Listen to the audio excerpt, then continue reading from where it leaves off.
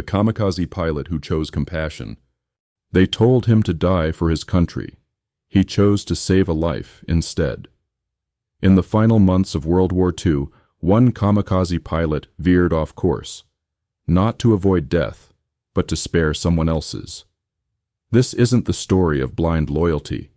It's a story of heartbreak, conflict, and unexpected humanity in the middle of hell.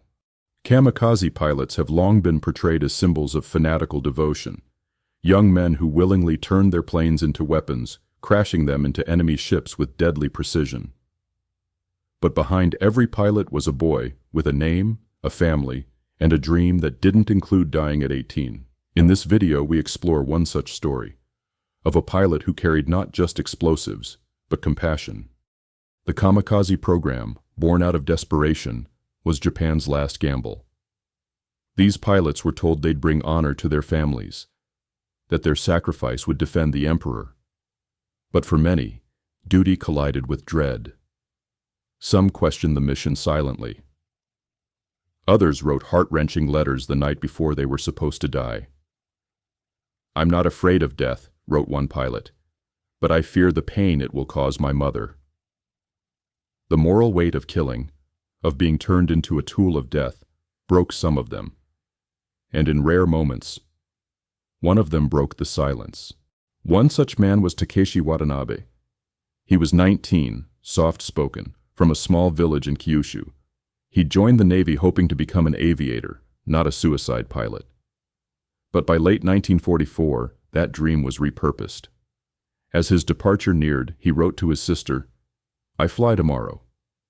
Please tell Father I remembered the wind in the rice fields."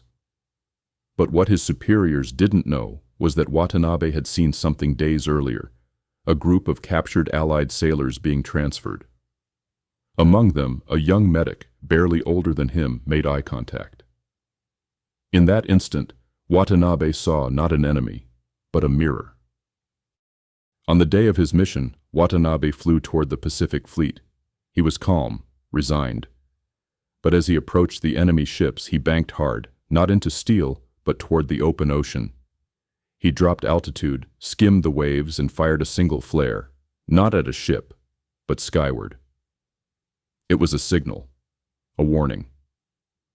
Below him, that same captured medic was being moved. The ship's commander later said, "We thought it was a malfunction until we intercepted Japanese chatter. One of their own had turned away. We never knew his name." Watanabe crashed moments later, far from the fleet. Not in glory, not in vengeance, but in defiance. Takeshi Watanabe's act didn't make the history books. There were no medals, no memorials. But in a war built on hatred, he made a choice that wasn't expected: compassion. His story reminds us that even in war, humanity flickers, even if only for a moment. If this story moved you, share it. Because stories like Watanabe's deserve to be remembered, not for the death he caused, but the life he tried to save. Comment below, what would you have done in his place? And if you want more untold stories from WWII, watch our next video on the soldier who disobeyed orders to save a child.